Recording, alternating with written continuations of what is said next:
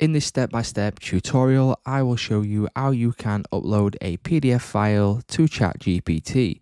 So this is a very simple thing to do. The first thing we need to do is head over to ChatGPT. As you will notice, this is a brand new conversation with ChatGPT right here. So as you can see, we've got the Ask Anything box down here.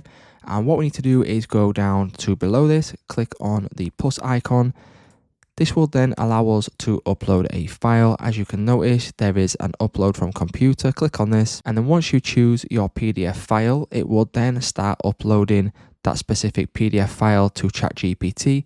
It will take a couple of seconds depending on your internet speeds, and then once we have fully uploaded this, you can then click on the send icon on the right hand side. What you will notice is that ChatGPT will then start giving you a summary of the PDF. So it's just that simple, guys. That's how you can upload a PDF file to ChatGPT.